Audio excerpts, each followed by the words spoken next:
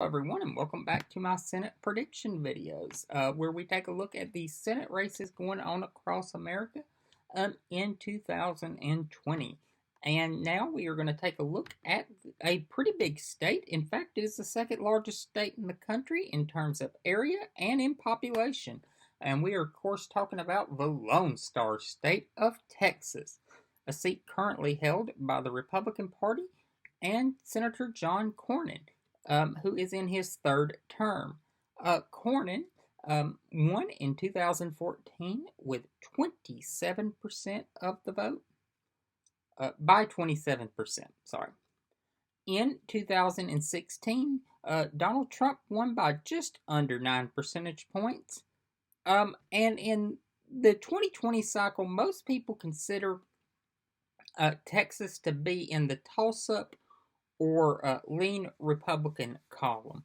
And I would tend to agree with that assessment, while I certainly believe that Democrats are a lot more competitive in Texas than they have been in recent cycles. I just don't see this being the cycle where we see Texas make the flip to blue. I definitely do believe by 2028 that Democrats should actually win the state of Texas. I don't see it occurring this cycle. It would take a Biden breakout, like just absolute landslide, for that to occur. And if Biden wins Texas, he's won a lot of other states as well. But, you know, it's been a horrible night for Trump. And Trump has probably lost 40 states at that point. But it is possible. It is possible.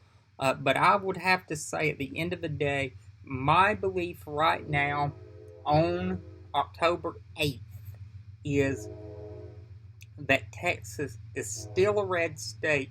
It's a lot closer than it has been in years past. And it's going to help Joe Biden build up a huge popular vote victory. But as we all know, the popular vote does not elect the president, it's the Electoral College. So those 38 electoral votes in the state of Texas will be still in the Republican column. And let me say this, I think it goes without saying that if Donald Trump loses the state of Texas, there is absolutely no path to re-election for Donald Trump. Absolutely none. Let's take a look at the two candidates. The Democratic nominee is M.J. Hager. Miss Hagar is a Air Force veteran and served as a major in the Air Force. She earned the Distinguished Flying Cross and the Purple Heart. She also was the Democratic nominee for the 31st Congressional District of Texas in 2018, and she lost that race by 3 percentage points. In 2019, she announced that she would be taking on Senator Cornyn for his Senate seat. The Republican nominee is the incumbent, Senator John Cornyn. He previously served as the Republican whip in the Senate. That is the second highest ranking Republican in the Senate. And they have a term limit on that in the Republican Party. So he had served his 3 terms as that and stepped down in January of 2019. He is currently he had served as minority whip prior to that. He also has served as Attorney General of Texas and as an Associate Justice of the Texas Supreme Court prior to being elected to the Senate. If you go based on ballots cast in the primary, this is amazing. 1.9 million ballots were cast for Republicans, and 1.8 million were cast for Democratic candidates in the first round. That's about 51% 51 to 48%. It's really, really close. And Democrats had a runoff in which 957,000 voters voted in the runoff. So you had about a 52%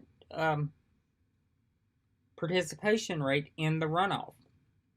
And understand that this runoff was held during the pandemic, and it originally was scheduled for earlier in the year, but they had to reschedule because of the pandemic. So it was, you have the original primary on March 3rd, and then the runoff on July 14th. And while I think Miss Hagar will be much more competitive than John Cornyn's 2014 opponent, obviously, I just think that she's going to be like Beto O'Rourke. She's going to get really close. Beto O'Rourke got really close to knocking off Ted Cruz in 2018. But I think she's going to come up a little short, and Senator Cornyn is going to be reelected to a fourth term in the Senate, and I think she'll probably help a couple of House candidates across the line in a couple of seats in the House, and I think she'll probably help some state legislative candidates across the state, but I just don't see her getting across the finish line herself. So this will be a Republican victory and a Republican hold. It'll be very close, but a win's a win. So I'll see you all tomorrow when we're going to cover another large state, and it is the largest state in the country in terms of area, the state of Alaska. I'll see you then.